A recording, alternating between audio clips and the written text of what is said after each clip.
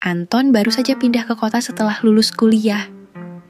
Ia merasa hidupnya mulai menemukan arah, meskipun masih ada banyak hal yang harus ia pelajari.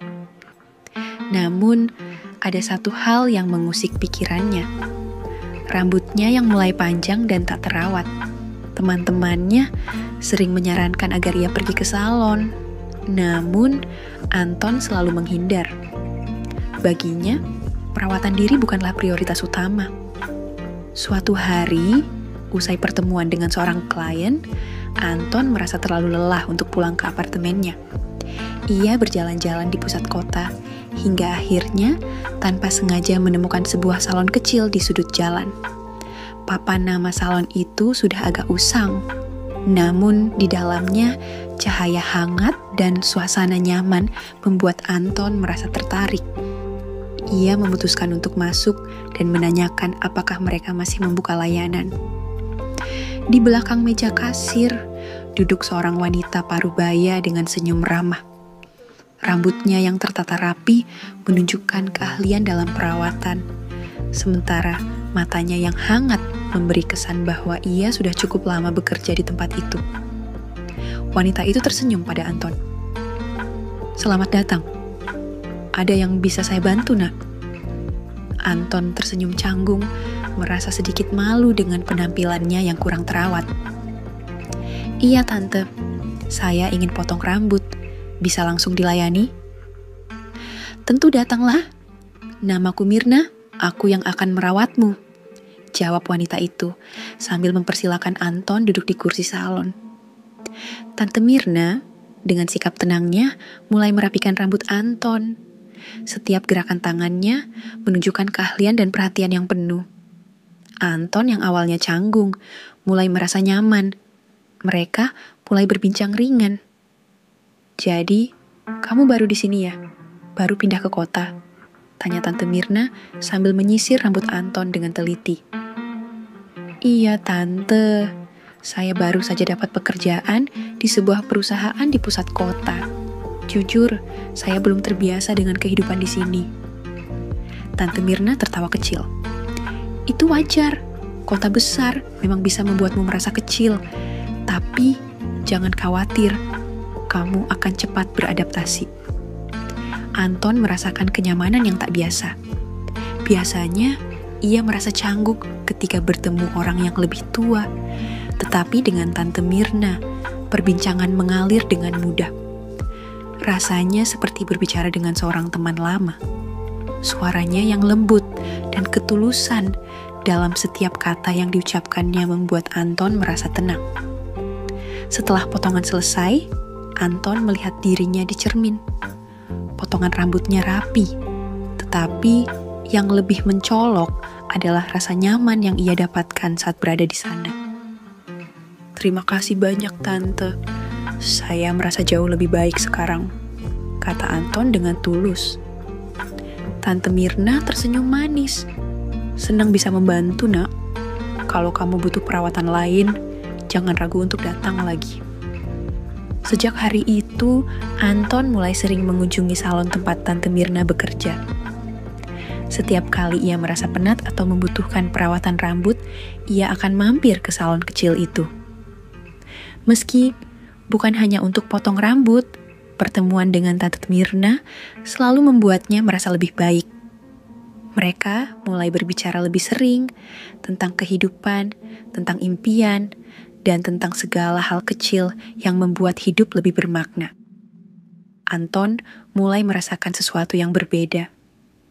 Tidak hanya sekadar penghargaan terhadap keahlian Tante Mirna, tapi ada perasaan lain yang tumbuh, sesuatu yang lebih mendalam.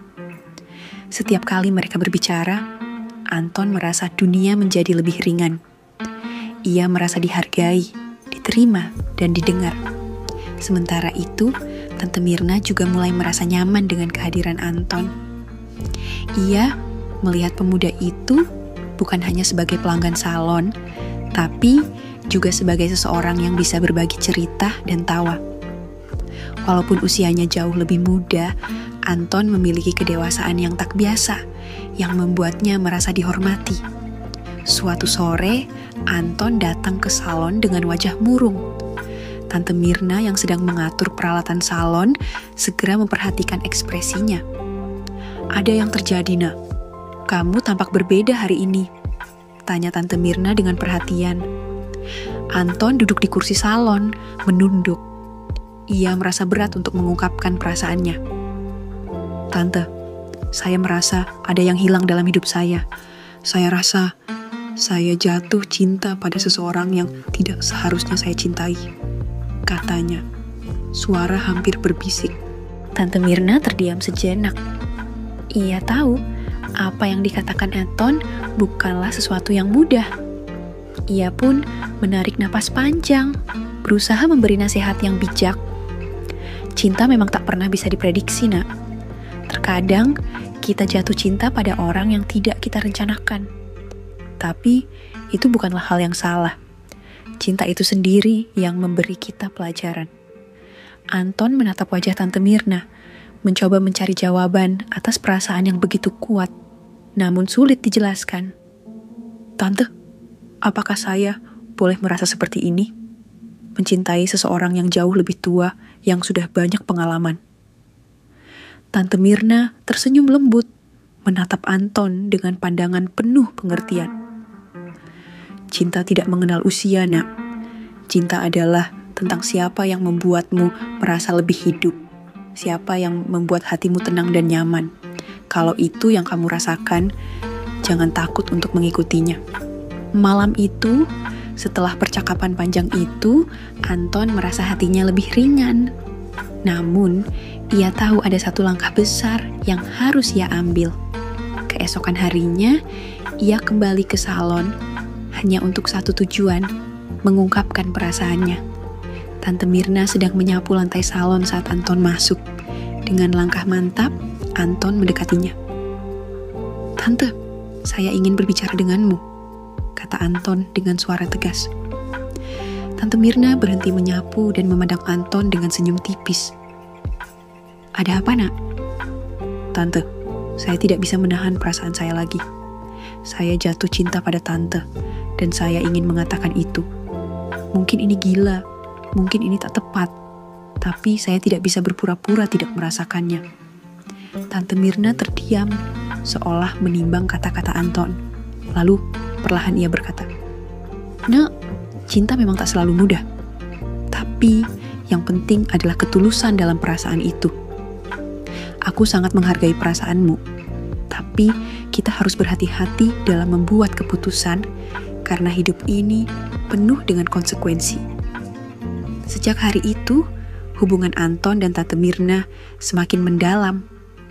Mereka tidak terburu-buru, hanya berjalan bersama, memberi ruang bagi perasaan yang tumbuh dengan alami.